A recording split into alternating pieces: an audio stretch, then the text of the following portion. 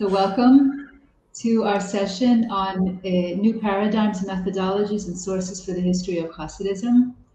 Our first speaker today is Glenn Dynner, professor and chair of the Religion Department at Sarah Lawrence College. He's editor of the journal Shofar, an interdisciplinary journal of Jewish studies, and a 2019-2020 Guggenheim Fellow.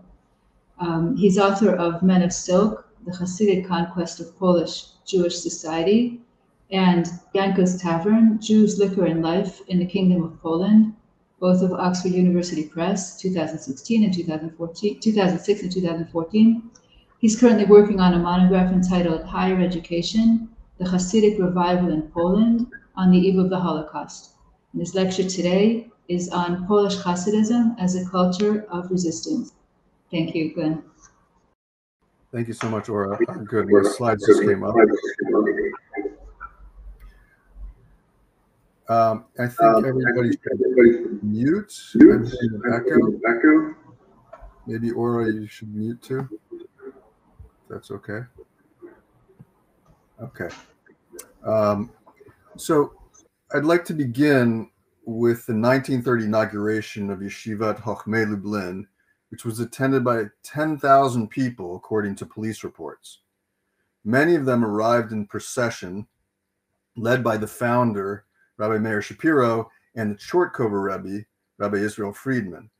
A choir sang the 30th Psalm, an orchestra played Polish national hymns, and the Lublin governor, along with several distinguished rabbis, delivered speeches.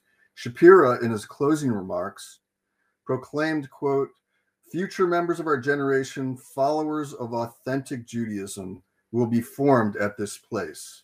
And he concluded with a cry of support for Pilsudski and Prime Minister Sławek. Yeshivat Chochmei Lublin was only one very prominent symbol of what I see as a more general Hasidic revival in the wake of the First World War, during which Hasidic leaders, in alliance with other Orthodox leaders, built or refurbished hundreds of Chadarim, primary schools, around 150 yeshivas, and around 250 Basiaco schools for girls, in addition to the hundreds of shtiblech, or Hasidic prayer houses, which engaged in formal Torah study as well, many of which have been mapped out by Marcin Wojciech. Hasidic leaders sustained these enormous networks by means of political organizations like Agudat Yisrael, Aguda, and modern philanthropic institutions. So the ensuing Hasidic revival, which was sustained by this potent authenticity claim, was halted only by the Holocaust. The revival was as momentous, I argue, as the emergence of Hasidic courts, dynasties, and miracle-working rabbis during the prior century. In fact, the yeshiva effectively displaced the Hasidic court and dynasty. The philanthropic institutions supplanted older systems of revenue collection. Hasidic political parties often replaced old-style shtadlanut, political intercession, and rebbes began to function less as miracle workers than as educators and educational entrepreneurs. Thus, while studies of Hasidism as a mature movement have tended to highlight courts, dynasties, and miracle workers,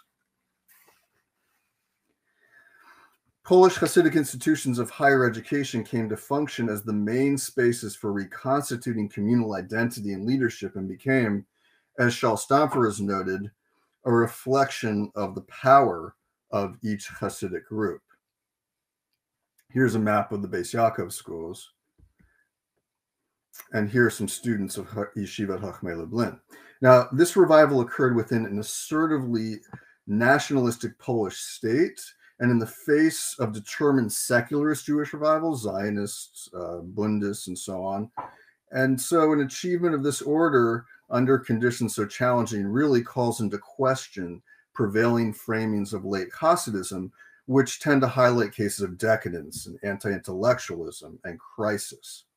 Without denying such cases, I argue that the movement's encounter with secularism usually proved more galvanizing than it did demoralizing, spurring its leaders to rescue the Jewish youth from the snares of what they called external knowledge. Hasidic Torah education was thus not only a spiritual intellectual practice, but a political practice as well. Stuart Hall observes, the dominant culture represents itself as the culture. It tries to define and contain all other cultures within its inclusive range. Its views of the world, unless challenged, will stand as the most natural, all-embracing universal culture. Other cultural configurations will not only subordinate to this dominant culture, they will enter into a struggle with it to seek to modify, negotiate, resist, or even overthrow its reign, its hegemony. Diaspora groups frequently find themselves engaged in this kind of modification, negotiation, and resistance described by Hall, though few will attempt any kind of an overthrow. Instead, they create highly ritualized subcultures that, according to Hall, solve, but in an imaginary way, problems which at the concrete material level remain unresolved. Now, Hasidism formed within 19th century colonialist entities whose regimes demanded the eradication of Jewish distinctiveness without, however, offering a viable path to societal belonging. So Hasidism was modern in a manner akin to many other colonized and diasporic cultures, striving to evade the dominant culture's civilizing initiatives by means of an alterity that was grounded in self-empowering notions of wisdom and virtue, which approached cultural sovereignty but were never impervious to external influences. Instead, Hasidic leaders engaged in a kind of negotiation, gaming oppressive systems in order to optimize their own agency. One way that Hasidic leaders confounded social engineering projects of the state was passive. They simply accepted restrictions and rejected incentives.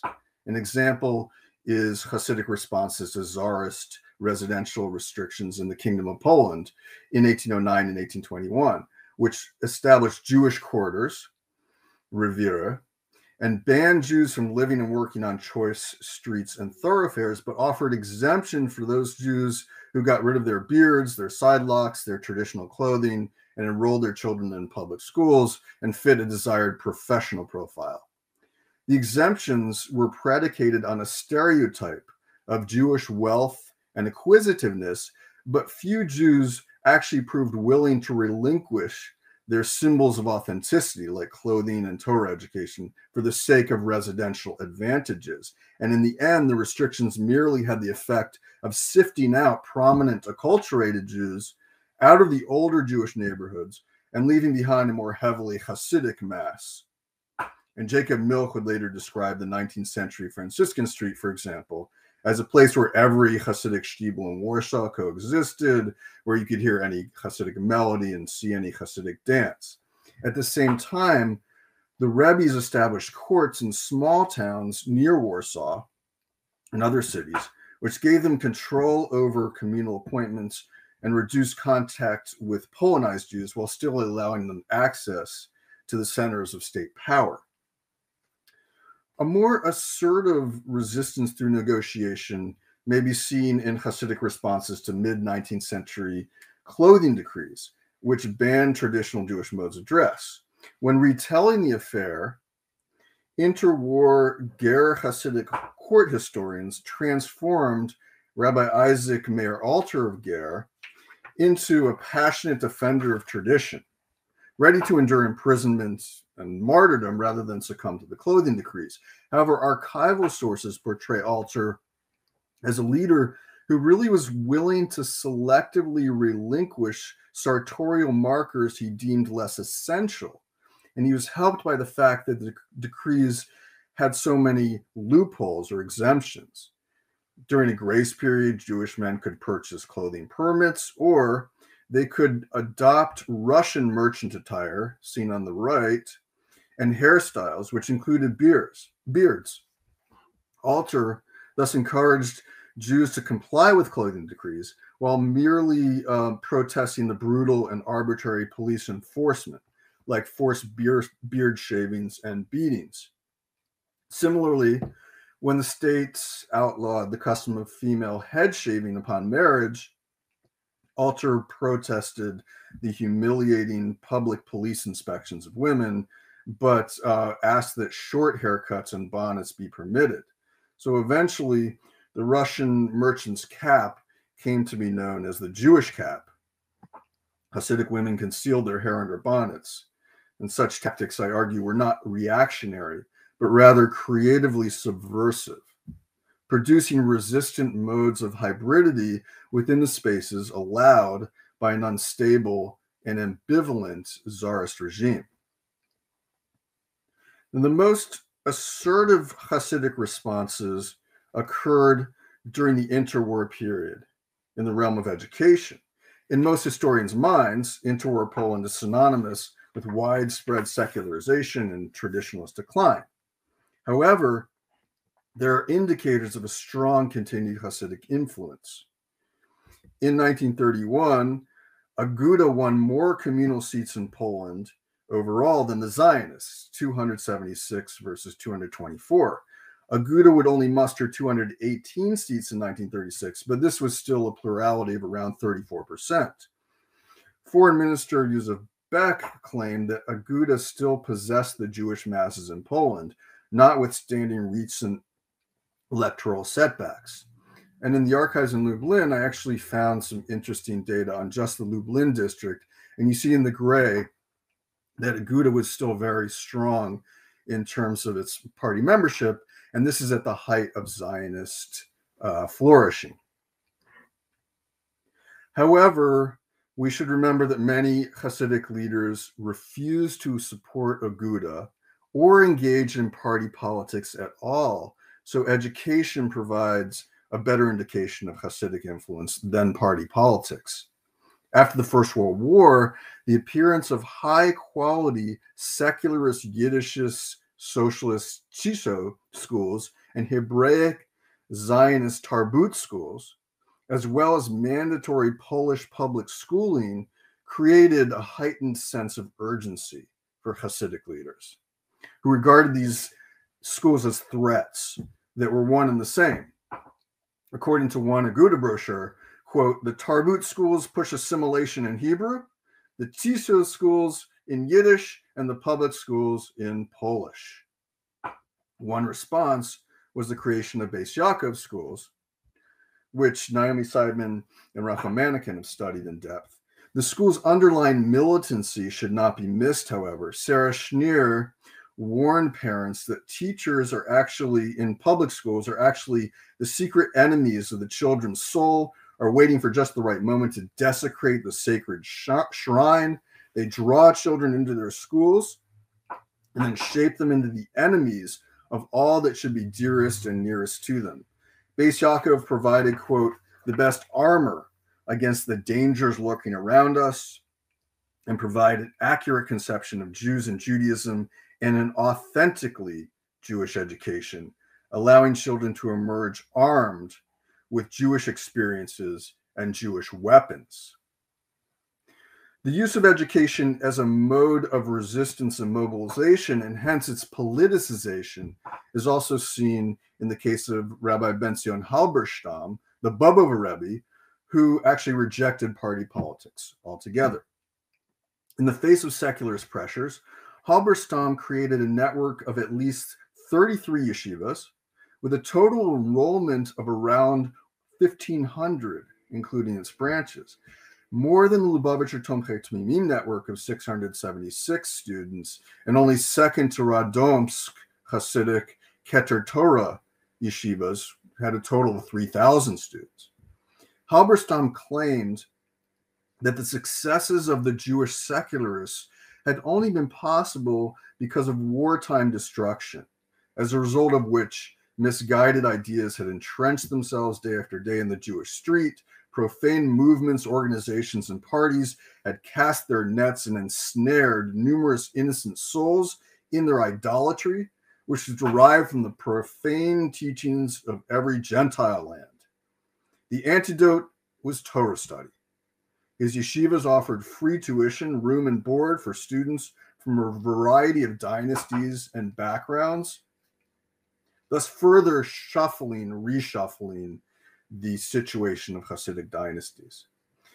In his public discourses, Halberstam claimed that the real purpose of external wisdom, or non-Jewish knowledge, was to draw Jews away from God whenever physical torments and trials had proved insufficient.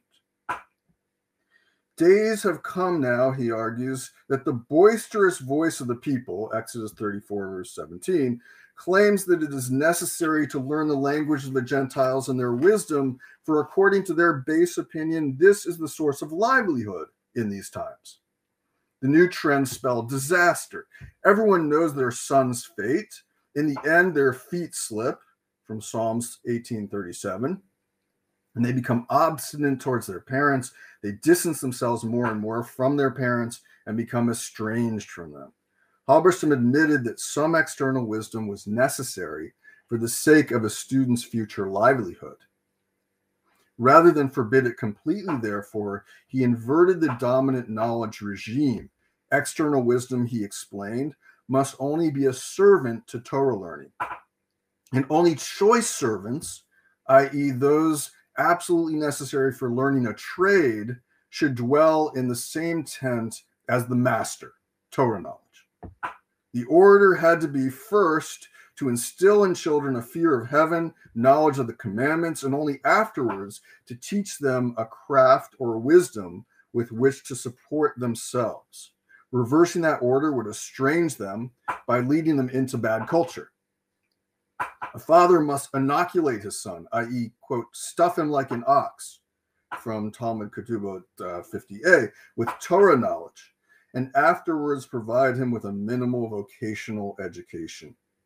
This did not, however, extend to university or professional training, which offered knowledge that Halberstam believed was mixed with deceptive opinions and heresy. The evil urge, he argues, provides clever rationales such as medical training and the like. Most Jewish youths emerge as sinners, rebels, and transgressors. Sometimes a youth might become a lawyer and return to Jewish observance, but this, too, was a clever ruse of the evil urge. For now other parents would say to themselves, is not that lawyer Torah observant? So why should I not withhold my own son from this profession? And their own children would fail to withstand the test. By demonizing universities, Halberstam implicitly elevated their Hasidic counterparts, the yeshivas. Nevertheless, Halberstam considered Poland to be a lesser evil compared to Western countries.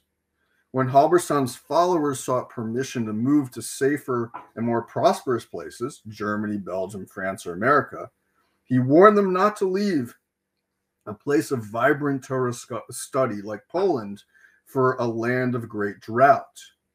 A person should never purposely endanger his own soul and the soul of his offspring, not even for a huge amount of money, gold, or precious gems, for who can be sure that he will stand the test? Preserving the body meant little compared with preserving the soul, a conviction that would remain with Halberstam and other traditionalists down to the Holocaust. In the meantime, he praised Poland as a kingdom of mercy. Unlike ancient Egypt, which had possessed great wealth but oppressed the Israelites, Poland was, quote, run by good people and many respected ministers whose hands reach out to act mercifully with us, and it's incumbent upon us to pray for the kingdom's peace. Such sentiments were not patriotic in the conventional sense, but they did convey the gratitude of a long-term guest. As Thank you. Discourses of modernity, diaspora cultures cannot claim an oppositional or primary purity, observes James Clifford. Fundamentally ambivalent, they grapple with the entanglement of subversion and the law of invention and constraint. This imperative for compromise should be contrasted with the options that are open to colonized groups, who have the demographic advantages and irredentist claims necessary for resistance, revolt, and overthrow. Hasidic leaders could only resist the state's politicization of places, spaces, clothing, hairstyles, and education by means of negotiation. The most sustained resistance to negotiation occurring through education in interwar Poland. While some Hasidic leaders therefore responded to interwar Poland's highly politicized context by creating their own political parties and newspapers and youth groups, the most universal Hasidic political expression was formal Torah education. Soon the Nazis would publicly burn the library of Yeshiva Chachmei Lublin and systematically murder its students. But some books would be salvaged. 61 students would temporarily reestablish the yeshiva in Vilna, and 59 would subsequently escape through Shanghai. The ultimate power of Torah study as a mode of cultural resistance lay in its portability. Thank you very much. Thank you, Glenn. I forgot to mention at the beginning of our session, the participants are welcome to write any questions you might have in the chat. At the end of the session, we'll have some time for responses from the speakers. So please go ahead and present any ideas or questions you might have. I'd like to introduce our second speaker, Elly Moseson. He's currently the Workman Circle Dr. Emmanuel Pat Visiting Professor in Eastern European Jewish Studies at the YIVO Institute for Jewish Research. He earned his PhD in 2017 from Boston University, and his dissertation was entitled From Spoken Word to the Discourse of the Academy, Reading the Sources for the Teachings of the Besht. His talk today is called Holy Writings, the Manuscript in Hasidism and in its Historical Reconstruction. Elly, thank you. Thank you, Aura. Can you see the PowerPoint? Okay. Thanks, Aura, again for chairing, and thank you, Glenn, for organizing this panel. One of the most significant contributions of the Hasidic movement to Jewish culture is its vast and rich literary tradition. Over the past 2.5 centuries, Hasidic writers have produced thousands of books, many of which have had a great influence both within the movement and beyond it. In addition to their value as creative works of religious literature in their own right, these works also provide insight into Hasidic history, ideology, and culture. However, much about the origins and development of this tradition remains obscure. How and when did Hasidic literature begin, and who were the figures responsible for its emergence and dissemination? What is its exact relationship to the Hasidic movement, and what role did it play in its development and ultimate success? In the following, I will address some of these questions by focusing on the significant role played by manuscripts within the Hasidic movement and the emergence of its literature. The emergence of Hasidic literature as a historically significant phenomenon has generally been viewed as coinciding with the beginnings of Hasidic printing in the 1780s. Thus, the book most often designated as the first Hasidic work is Toldot Yaakov Yosef, written by Jacob Joseph Elponoah, a close disciple of Israel Baal Shem Tov, the Besht, and printed in 1780. Jacob Joseph's personal connection to the Besht and the promulgation in his writings of his master's teachings and those of many other members of his circle established this work as a primary document reflecting the new Hasidic ethos. However, the fact is that there existed a large and influential corpus of literature connected with the Hasidic movement long before this date. The earliest reference to specific writings associated with the Hasidic movement is found in the book Zemir Oritzim V'Charvot Tzurim.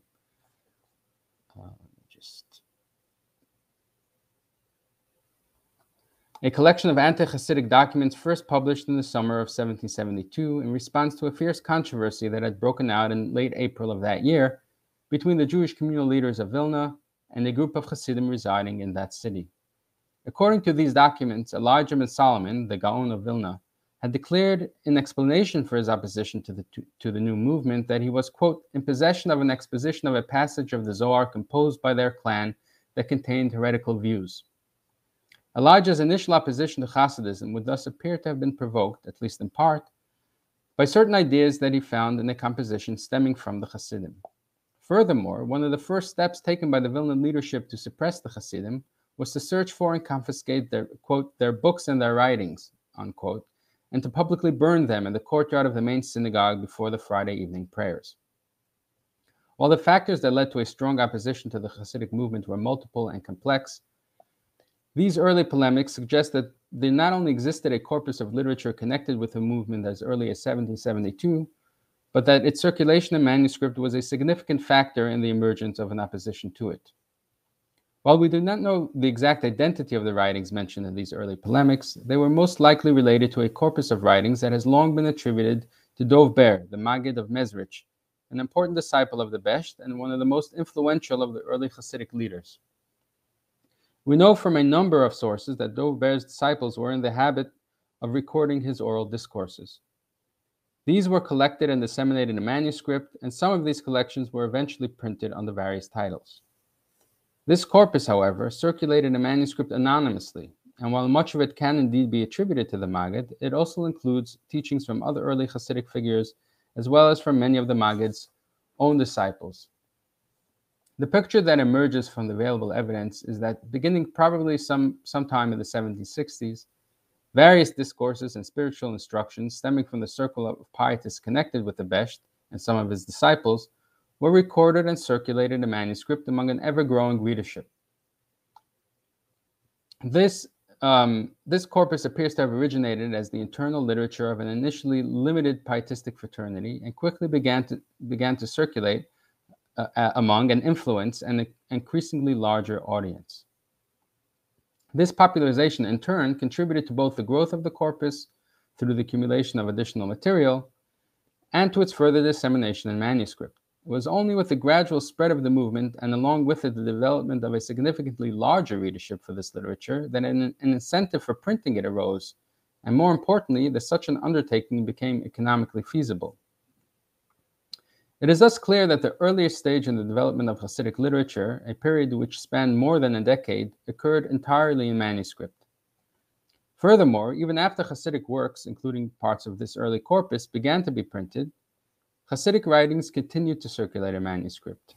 In addition to the economical and logistical challenges involved in printing, some motivations for the continued use of manuscripts included the perception of certain writings as esoteric and not for public consumption, as well as external censorship on the part of local governments who tried to curb the spread of what they considered superstitious and subversive literature. Indeed, manuscripts continued to serve as an important vehicle for the dissemination of Hasidic literature well into the 20th century. The above picture of the emergence of Hasidic literature is confirmed by the manuscripts relating to the early corpus that are still extant today. Such manuscripts highlight the general importance of the manuscript medium as a vehicle for the dissemination of Hasidic ideas and practices, and further confirm the anonymous and eclectic nature of the corpus. We may take as a representative example the earliest of these surviving manuscripts, written over the month of Tammuz of 1776, and currently held in the National Library of Israel. This manuscript comprises a collection of mostly anonymous discourses and pietistic practices, and while much of it can be traced to the Maggid, he is never mentioned in it by name. The manuscript opens with a series of pietistic practices that circulated widely among the Maggid's disciples in different versions, although nowhere is it ever explicitly attributed to him. The next section begins with a text that is extant in two versions. One of them is the version included here, while the other was printed in 1805 as a discrete text under the title Darkei Yesharim, where it is attributed to Menachem Mendel of Premishlan, another important disciple of the Besht. The version found in our manuscript can be shown to be a censored version of the one printed as Darkei Yesharim, in which a number of especially radical statements was significantly tempered, presumably in response to the growing opposition to the Hasidic movement. It is interesting to note that our scribe knew of both versions of this text. He placed a mark at the very point in the text where the two versions diverge most significantly and recorded the variant passage in an available space on a later page in the manuscript. And you can see that on the right. I don't know how well you can see, but there's a bracket over the word key. And that's exactly the point where the versions diverge. And on the left, it's much later in the manuscript, there's an empty space left on the page, and the scribe copied in that passage so he can have both versions. Another feature of this manuscript that is typical also of many of the other surviving manuscripts is that it itself shows evidence of having been copied from several earlier manuscripts. In addition to the appearance in the collection of discrete texts pointing to multiple origins, we find an explicit statement by the scribe that he was copying from more than one collection. Thus, in one place in the manuscript, he notes that the previous section was from the transcriptions of one individual, while the ensuing one stems from another. The fact that even this earliest of the surviving manuscripts incorporates a number of smaller collections suggests it represents a relatively late stage in the development of this corpus. The eclectic nature of the corpus means that the various collections differ from each other, and each one has its own unique history and particular content. There is therefore a great deal we can learn about the history of the corpus and the various texts that it incorporated by comparing the different collections to each other. Thus, for example, while many of the discourses in our manuscript have parallels in the other related collections in both manuscript and print, quite a few of them are unique and unknown from elsewhere.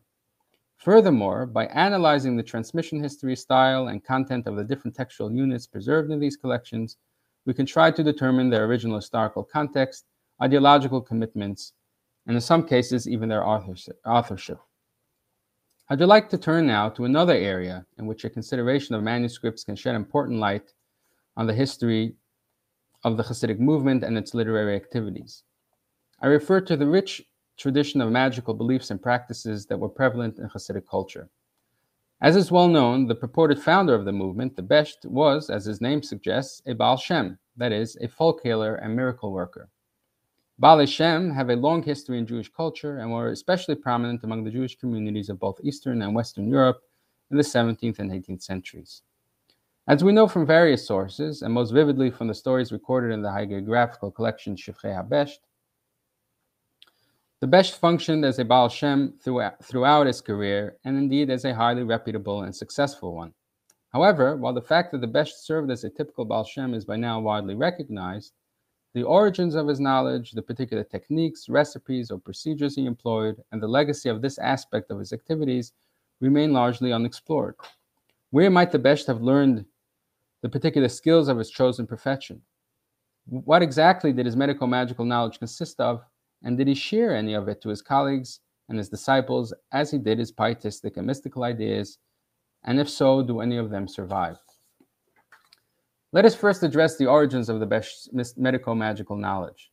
The extant sources do not offer any clear answers to this question, but they do suggest a number of possibilities, including both oral and textual traditions.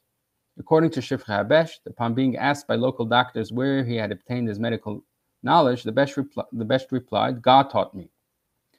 While it is difficult to know how much credence to give this answer, we may note that such claims of divine tutelage are not uncommon among practitioners of folk magic. Furthermore, medico-magical knowledge and practices were ubiquitous in the daily life of 18th century Eastern Europe, and so it is likely that he garnered at least some of his knowledge directly from people in his immediate vicinity, both Jews and Gentiles, and both experts and lay people.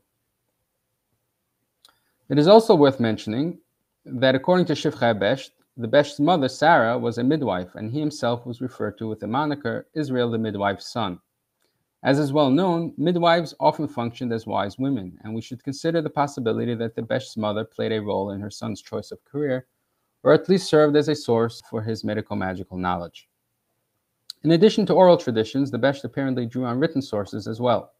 Books of medico-magical recipes, in both manuscript and print, were quite popular in his milieu, and it is reasonable to suppose that he was familiar with such collections and consulted them.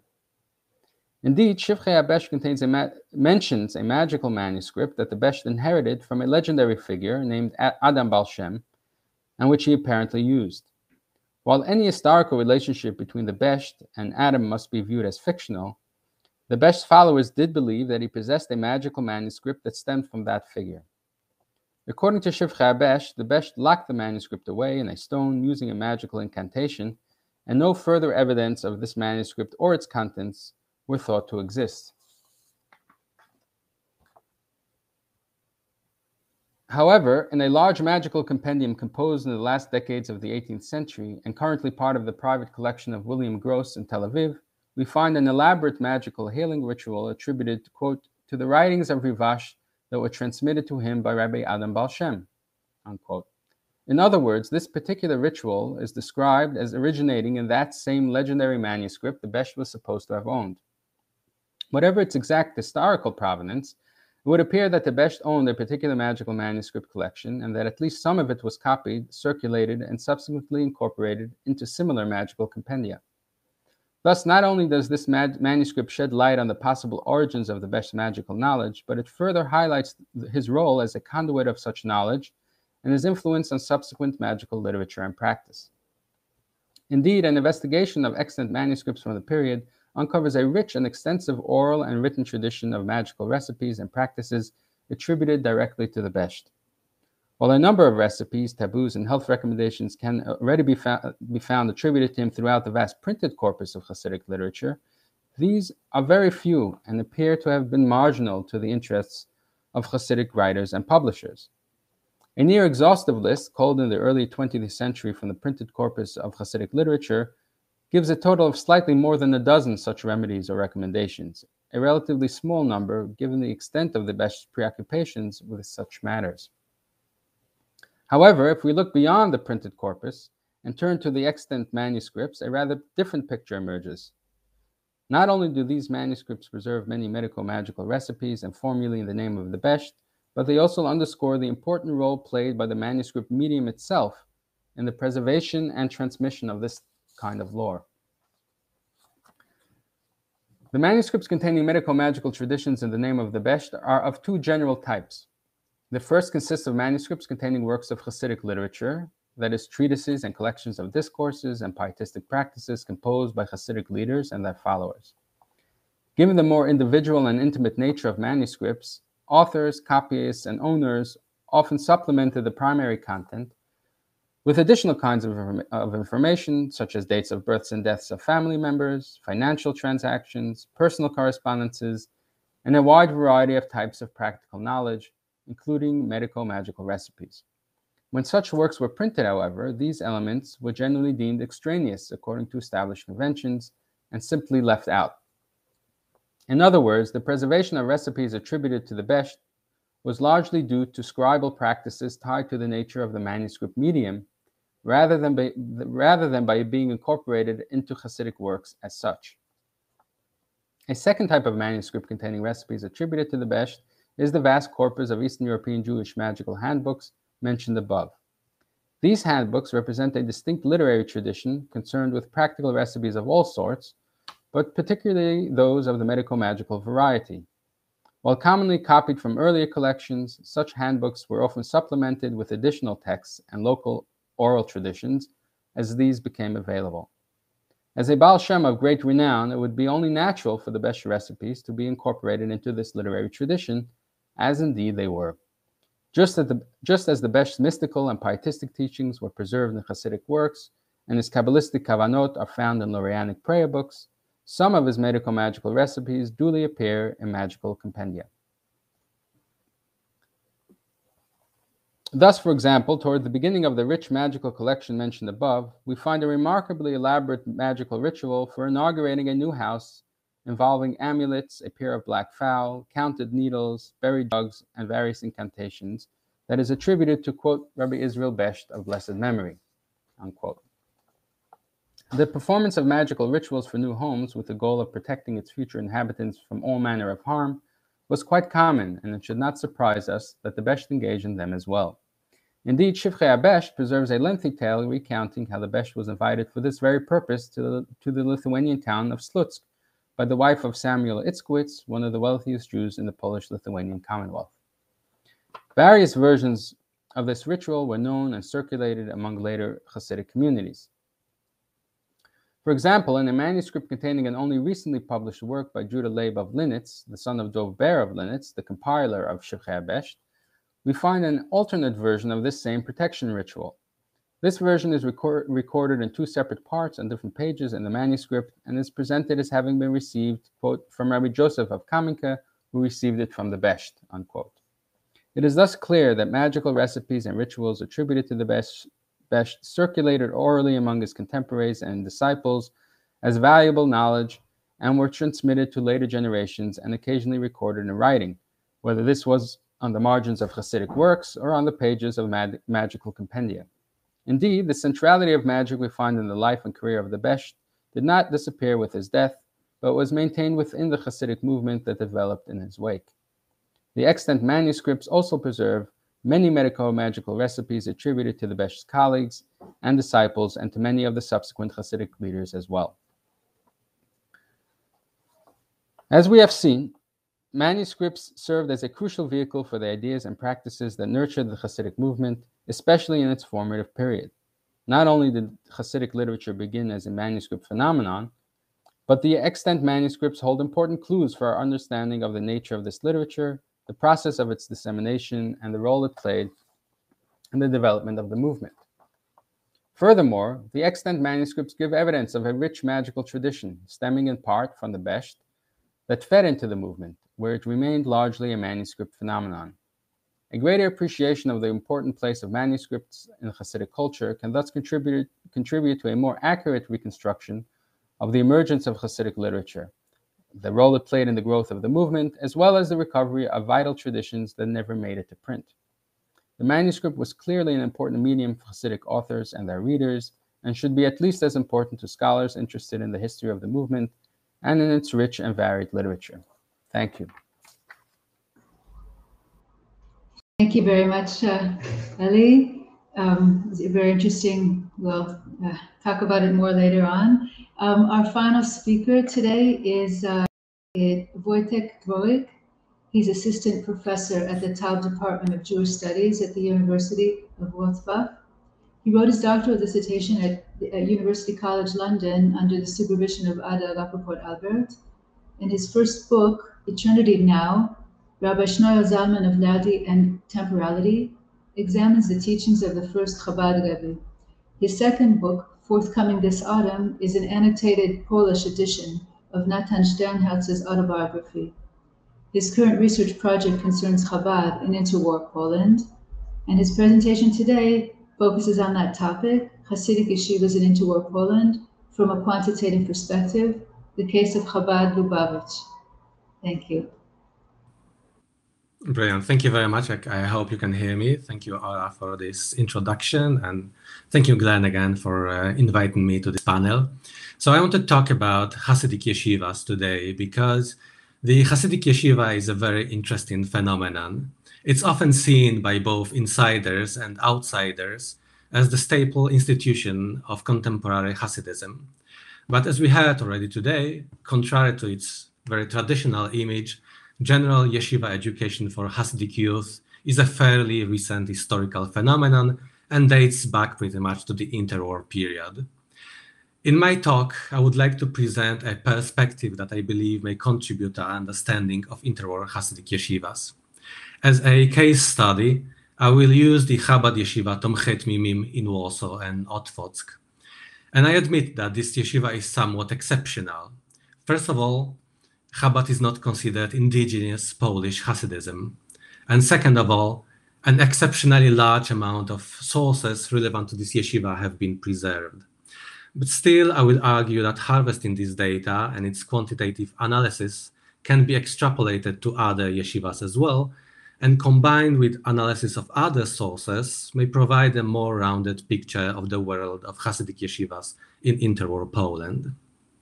The key to my research lies in the detailed student lists dispatched from the yeshiva to the Chabad Rebbe, Yosef Yitzhak Schneerson. The details on the lists go well beyond just the name, age, and the town of origin of the students. Depending on the list, they may include academic achievements or a student's level of acculturation to Chabad's norm of conduct, a student's father's affiliation to a particular stream of Orthodox Judaism, religious education, job and financial situation, and more. Unfortunately, only lists from selected years have come down to us, and not all of them are as comprehensive. Still, these lists give unprecedented insight into the nuts and bolts of yeshiva life, and I cannot delve here into each and every detail that can be derived from these lists. I'm currently working on a paper that I hope to explore these issues in a bit more thoroughly. Here, I will focus only on selected quantifiable data from these documents and their relevance for the research of Chabad Yeshiva in particular and interwar yeshivas in general. So the first and perhaps the most trivial information that can be derived from these lists, especially if we support them with other documents, is the number of students and the fluctuation of the yeshiva enrollment over time. And if we judge the yeshiva by enrollment only, then the sheer numbers tell us that Tomchet Mimim was a considerable success. In the difficult interwar times, and away from its traditional area of influence, Chabad managed to set up a yeshiva which grew from the initial class of 12 in 1921 to 25 a year later, to approximately 100 in 23 and over 200 at the end of the 1920s. At the beginning of 1930s, due to financial problems, the yeshiva let go of part of the faculty and cut the student body by half.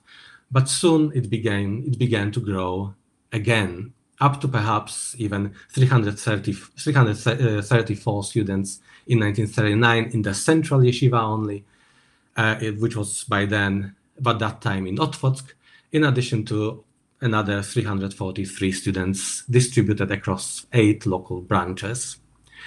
And these numbers tell us a bit more if we present them in the context of other yeshivas. And I hope you can see something on the screen here on this chart.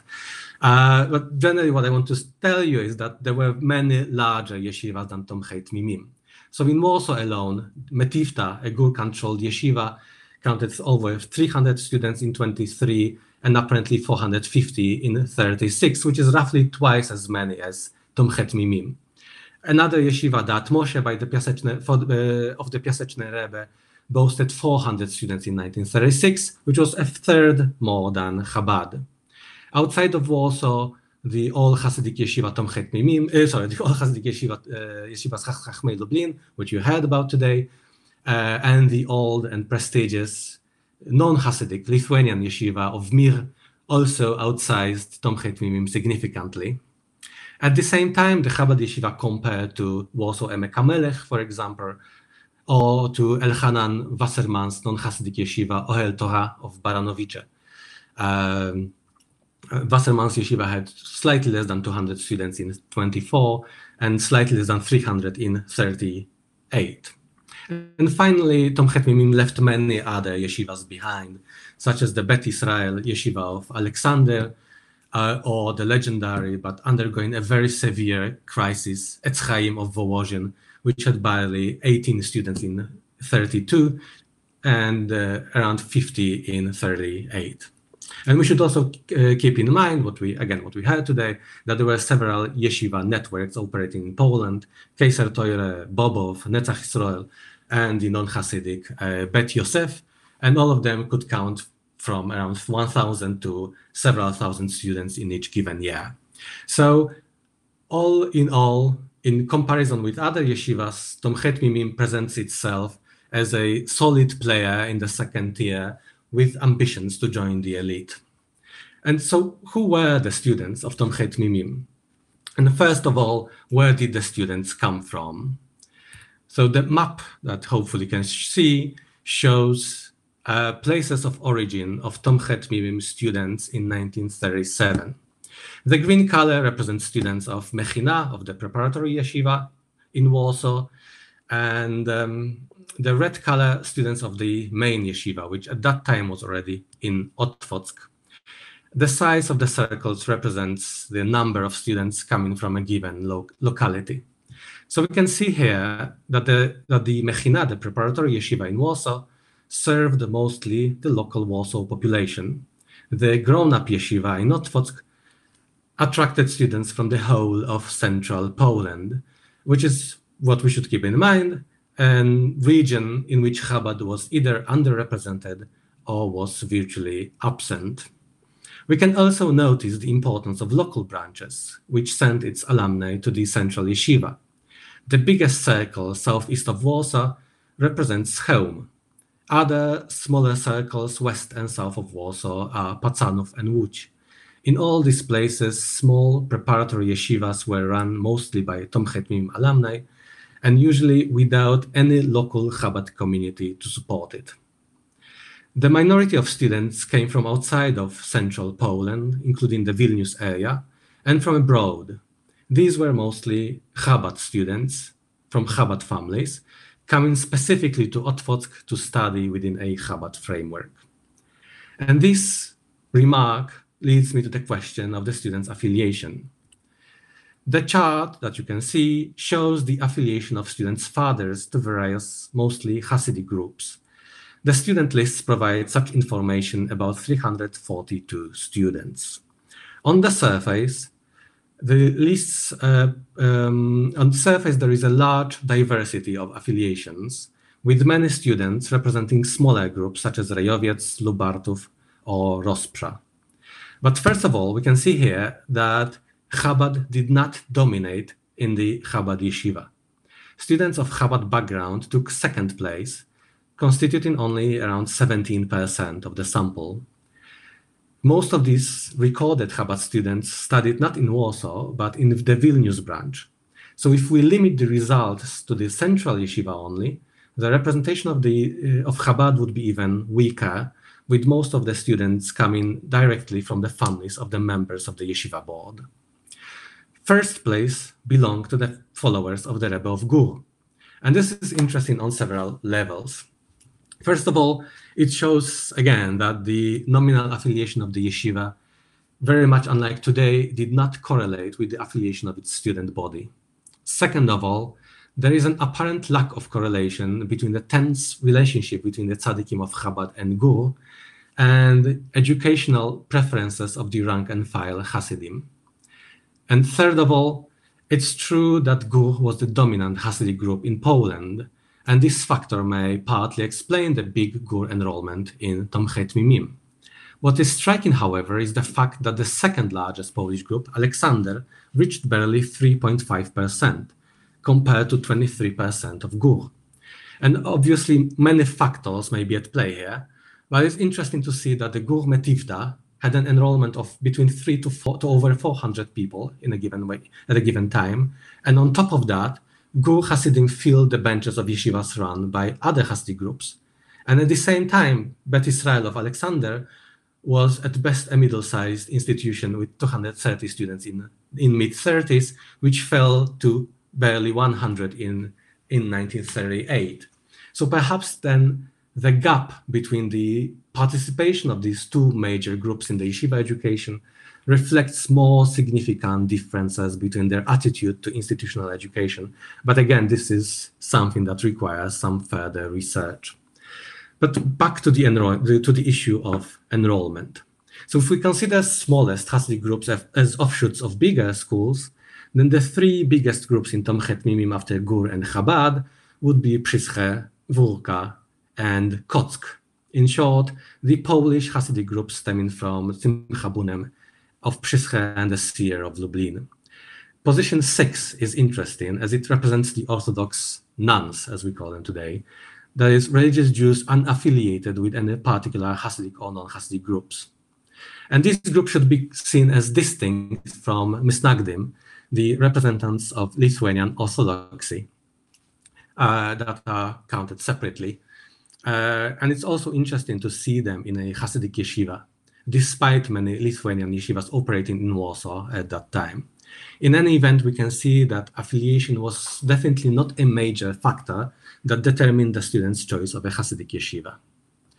The majority of students came from rather poor families. Fathers of over 50% of them worked in trade, but the lists give strong indication that in the majority of cases it was petty trade.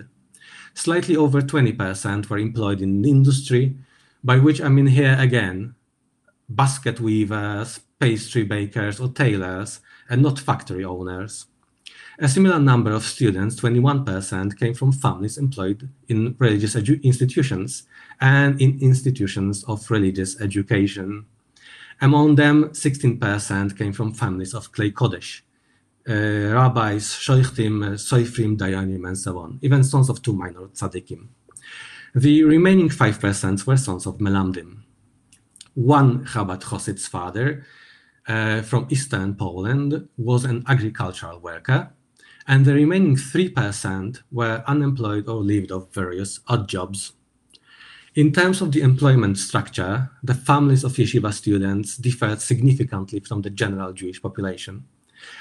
And for the sake of this paper, I refer to the data gathered for the 21 census.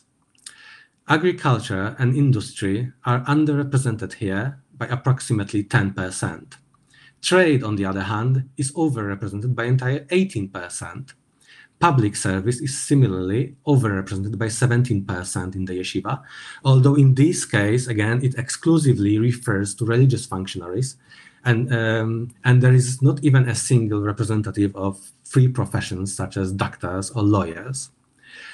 Interestingly, this overrepresentation of tradesmen and religious functionaries resembles the occupational structure of Hasidim in the 19th century, as reconstructed by Marcin Wodziński in his Key Questions, although the 19th century data showed an even bigger disproportion between trade and craft. So perhaps this sustained disproportion stems from the deep-rooted apprehension towards vocational education expressed by some tzaddikim, as Mendel Piekarz writes extensively about it in his book on Interwar Hasidism.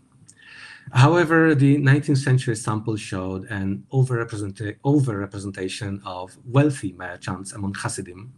My sample shows that the majority of the Chabad yeshiva students' families were employed in petty trade and were poor, or sometimes destitute.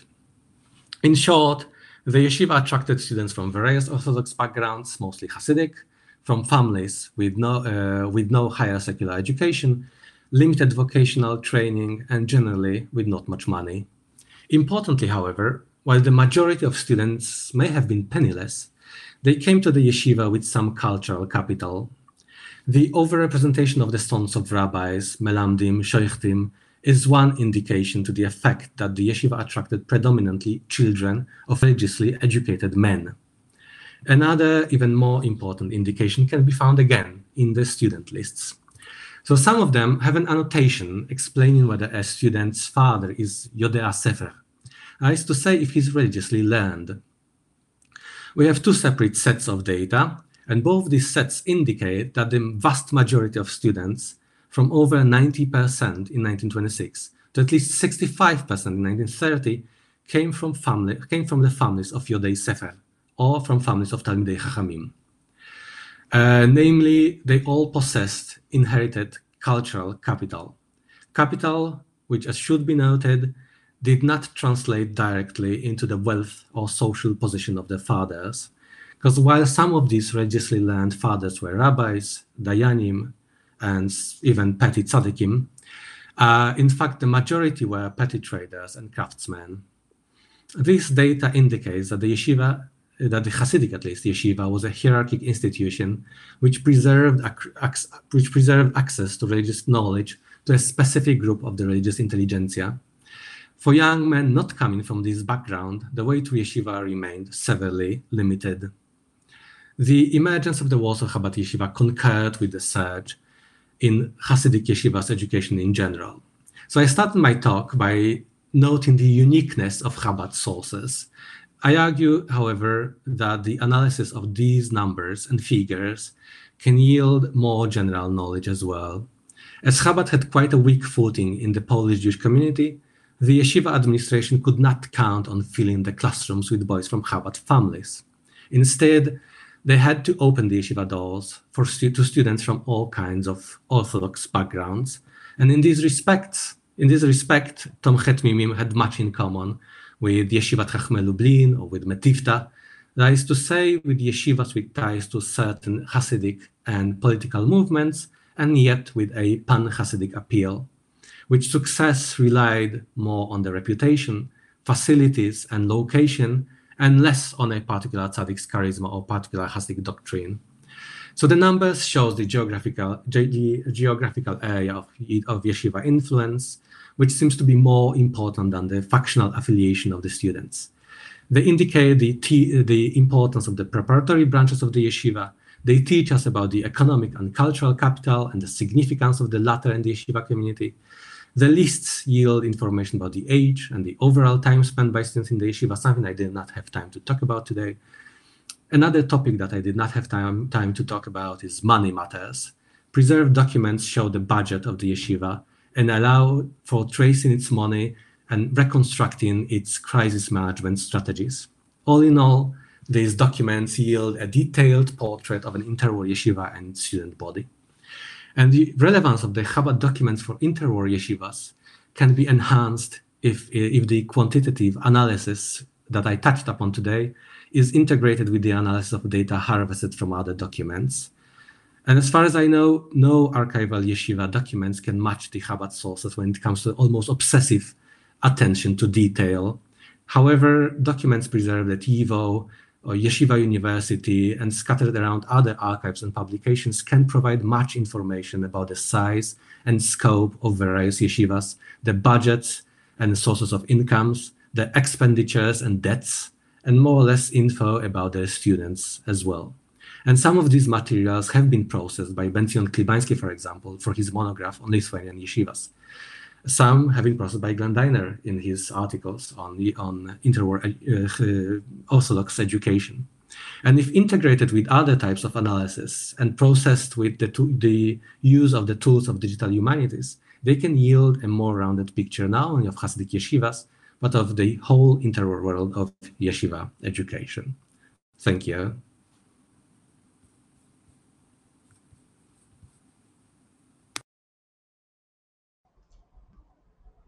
Thank you very much. I would like now we have some questions for our last speaker. I'd like to begin with a summary of the first two lectures, and rather than summarizing the third one, we'll direct the questions to Wojciech. And if anyone has any other questions in the meantime, we can address them after that. So I'd just like to begin sort of with a reframing of our session as a whole. Our topic is paradigms, methodologies, and sources in Jewish studies. And indeed, our three speakers have addressed all three of these areas. Glenn Dynner focuses, I think, on some important paradigm shifts in understanding Hasidism in the interwar period. One shift that he points out is that historians have tended to see the interwar period as one of widespread secularization and traditionalist decline, while Hasidic influence for most scholars has been measured by political power. So Dynner has really tried to highlight an alternative mode of political activism, Hasidic education. And he foregrounds it as an indicator of Hasidic influence in the interwar period. A second moment of reframing is in his conceptualization of Torah education beyond the traditional sense of spiritual intellectual practice. He points out that the building of Torah institutions, cheder, yeshivas, the Basiaco Schools for girls, become a political act and a mode of cultural resistance. And finally, while scholars of 19th century Hasidism have tended to focus on the courts, the dynasties, and the miracle workers, he points out the intellectualism of 20th century Polish Hasidism, and finally presents Hasidism's encounter with secularism as an opportunity for Hasidic leaders to reinvent themselves as educators and to develop new institutions to rise to the challenges of their times. Elly Moseson focuses on sources, new sources that will help us understand, reach a fuller understanding of early Hasidism and its literary history. As he points out, while traditionally scholars of Hasidism have focused on printed materials, manuscripts are really a vital means of understanding the early stages of Hasidism specifically, but can really highlight additional aspects of Hasidic life and culture that go far beyond what came down to us in the printed sources. The case in point that he presents in this paper is the manuscripts, or the compendium of manuscripts that augment our understanding of the Baal Shem Tov's magical practices. Interestingly, he notes that a smaller portion of these sources are the written or the printed texts that we have that record magical practices attributed to the Baal Shem Tov, and a much larger, really vast collection of manuscripts that contain recipes and magical wisdom that's attributed to the Baal Shem Tov. It seems to me a really vast and uncharted territory that certainly deserves a lot more attention. I see we have some more questions. In the meantime, I'd like to go back to a series of questions that are to Wojciech. I will note that, I'll just I'll read them all, and you're welcome to relate to the ones that you want to in whatever way you choose. So the questions are: how significant was the arrival of the sixth Rebbe to Otvak in terms of raising the numbers in the town? Second point, Gur Hasidism dominated in Warsaw. What percentage of those who were in Gur yeshivas is made up of this relatively large number at Tomchei Tmimim? Third question, was Tomchei Tmimim cheaper than other Hasidic yeshivas? Perhaps that's why they had more students. Was the cost of living in Otvak cheaper than Warsaw and Gur, where the Gur heartland was? And with only 97 students total, these numbers are very small. Is that true? Okay, Brian, thank you very much. Thanks for this. Thank you for these questions. I'll try to answer them as best as I can. I don't think that the arrival of the Rebbe to Otzford was extremely significant. At least I haven't seen that in the sources.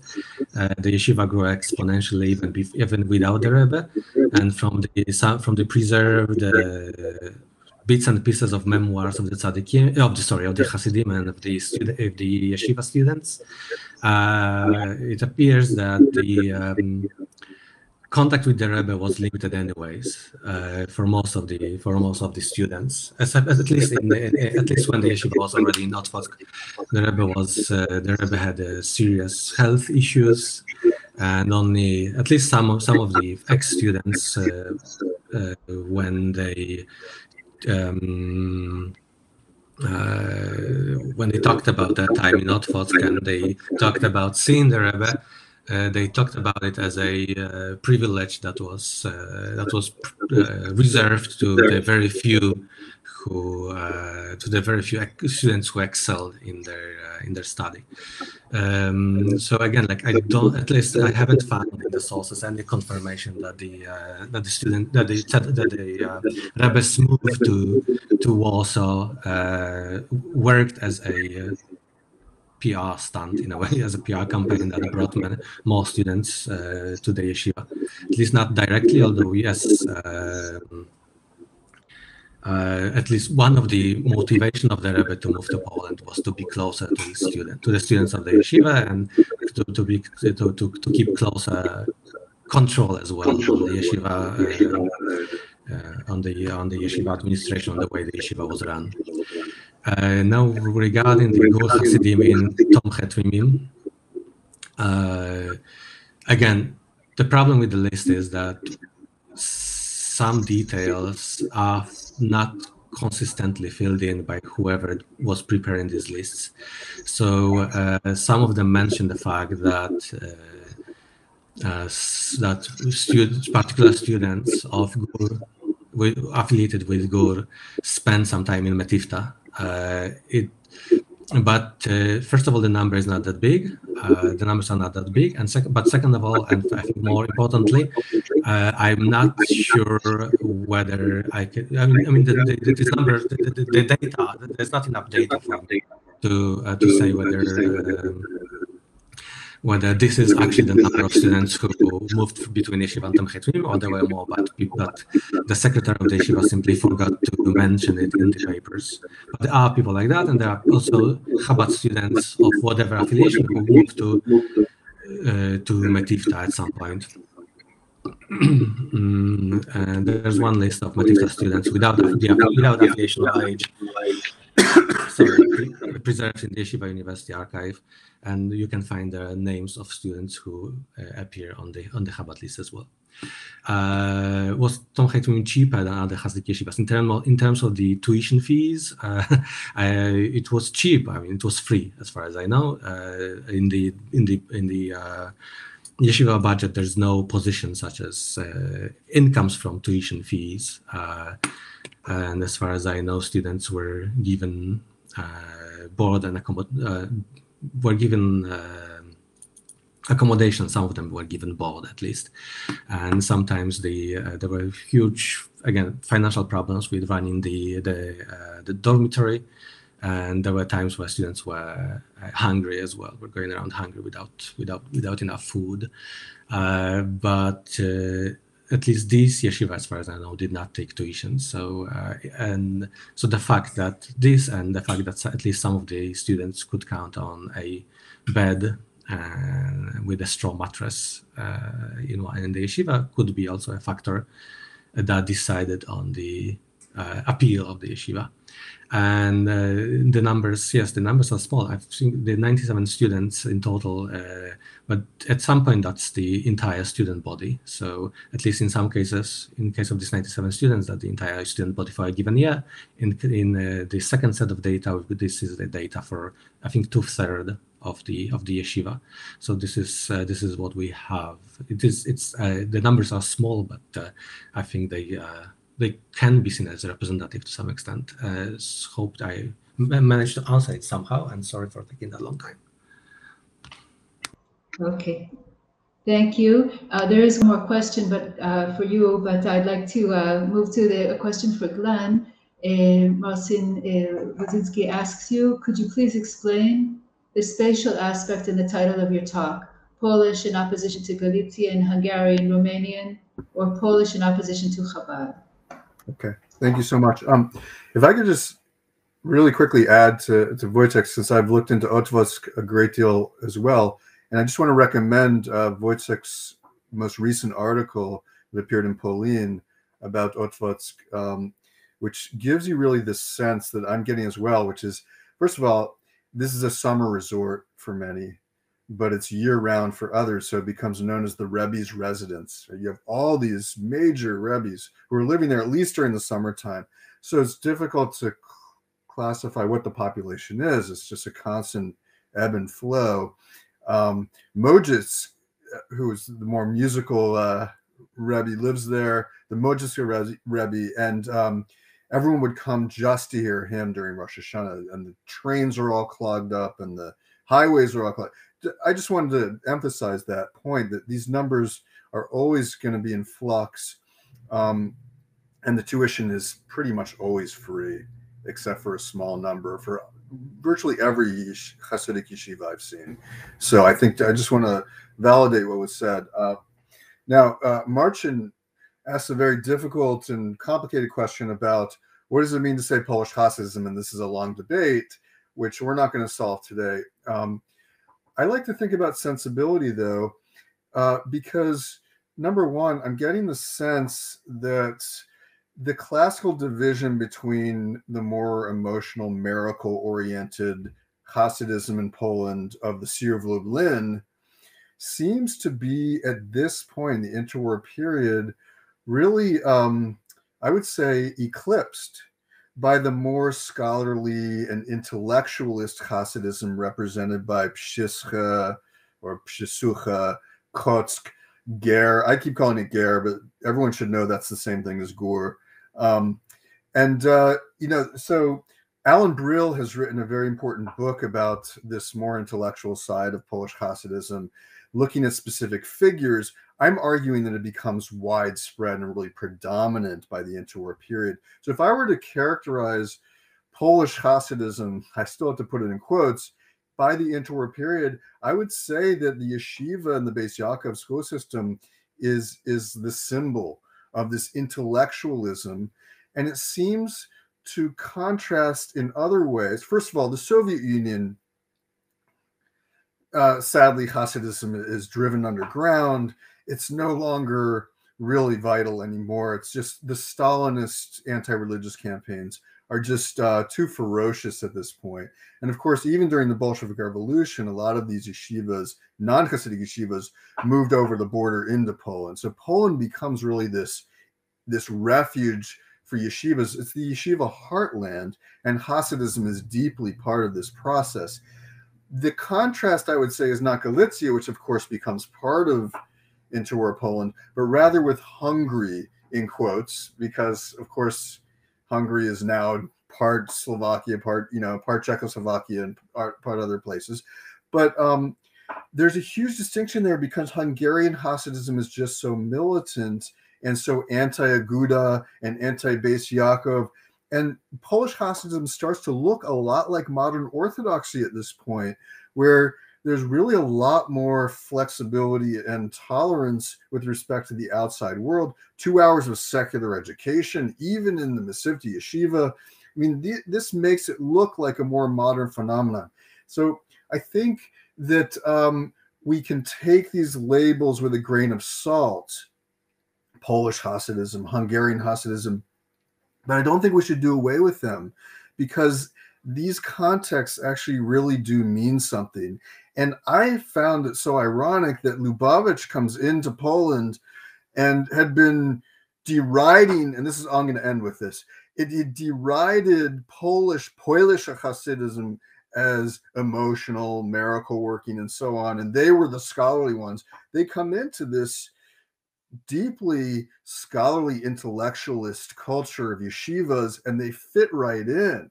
So I'm actually supporting what Wojciech says about the representative quality of Tomchei Tmimim, because really they find, probably to their great surprise, that they're not the only intellectual-oriented Hasidic movement anymore. That's the norm in interwar Poland, and that's why it kind of works in terms of this Chabad yeshiva, and probably why they get so many Polish Hasidic students.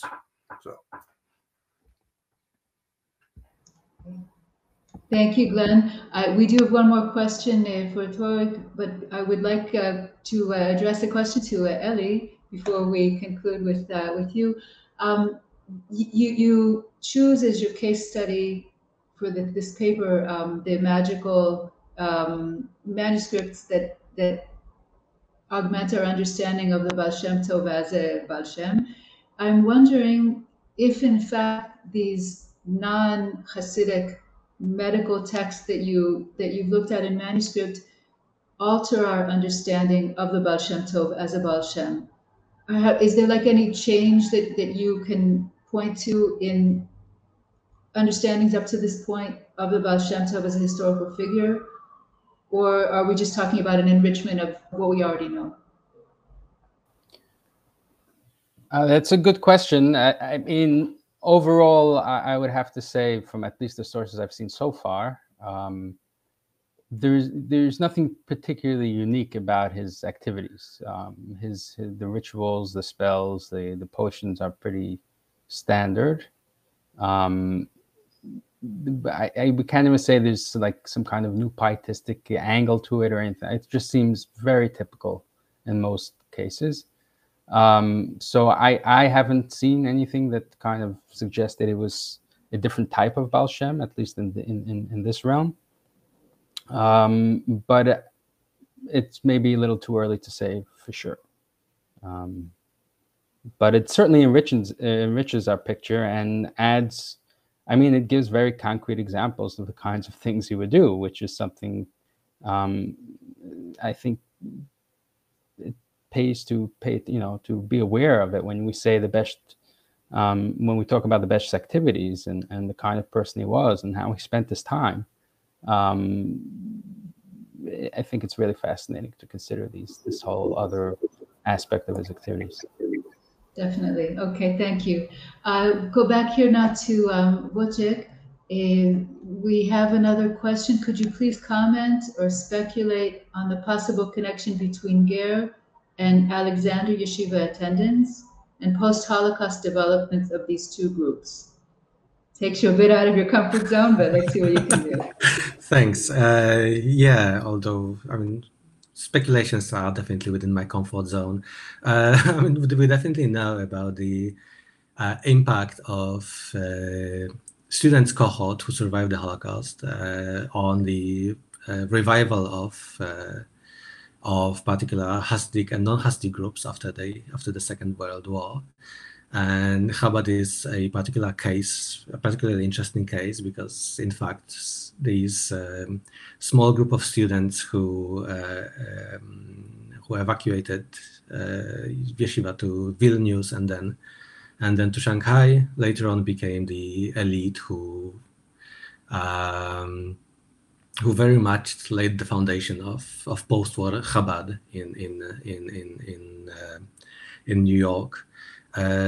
So if I were to speculate, I would say that the fact that some Metivta students also followed or also went on the same path, and also were able to carry, in a way, to carry on the flame, and to help reconstructing the Gur or the Ger community after the war, certainly was a factor that contributed to the growth, to the survival and the growth of Gur after the war. But there were others as well, right? Including those that you write about much in your work. That is the survival of the tzaddik who was there to rebuild the community, and that was definitely one of the important factors. So I think that's the furthest I can go with my speculations on the topic. But thank you for the question. Okay, very good. Glenn, would you have anything you'd like to add? I see you have some comments you wrote down. Yes. So Wojciech, maybe a question for you. When you say 97 students, if I understand, from Polish Hasidic homes, are we only talking about Otwock? Or are we talking about the branches as well? We're talking about predominantly Warsaw and Otwock, and plus Vilnius and Łódź from 1 year. Okay. So the lists combines. So the chart combines the several lists that we have that mention the students' affiliation. Okay, great. Yeah, just to emphasize what I said over there is I think Otwock was the perfect location in the sixth Lubavitcher Rebbe's eyes for his yeshiva. Some of you might remember Benzion Gold's memoir, and there's a beautiful excerpt in there at the very end, like right before the Nazi invasion. In 1939, he visits the Otwock yeshiva, Tomkei Tmimim. What I find so remarkable, though, is if you choose Otwock as the place for your yeshiva, that means you're competing with all these other Hasidic dynasties and yeshivas as well, at least during the summertime. And so there must have been a lot of cooperation that's happening there as well. And I think if we really want to think about the implications of our work here, there may be a lot more cooperation overall between Hasidic dynasties than the more familiar story of these clashes between Lubavitch and Ger and Alexander. It's just remarkable. And then, of course, during the rescue, through Shanghai and other places, first Vilnius, then Shanghai, that's another case of competition. You want your students to get out, but very importantly, Lubavitcher Rebbe, the sixth Lubavitcher Rebbe, also tries to get, I found a list of over 200 individuals, not many of them non-Lubavitcher, who he's trying to have rescued as well. And that should help, I think, quiet a lot of the rumors that he only cared about his own students and so on. He really was trying. And So I think there was more of a joint effort, and the Ger Rebbe is very instrumental in his own rescue. That is to say, in Rayatz's own rescue. So when we get into it, I guess when we get down to it, there's more cooperation than dissent, and that's maybe a nice thing to remember, as we think about all this. My last just parting question. I just want to comment for Wojciech. I have different numbers than you have in certain cases. We should probably get together because we want to know why these numbers are different. Mine are coming from some of the places you mentioned, but we should maybe use that as a caution, right? That these are often estimates. You inflate so you show that you have more students, so then you can get more money from certain sources. And the most controversial one is Torah Moshe of the Piaseczna Rebbe, where I've seen as low as 150, as high as 400. So, we want to be very careful about taking these numbers too literally. I think they do provide a good sense, though, of vibrancy. And that's probably the most important thing of all.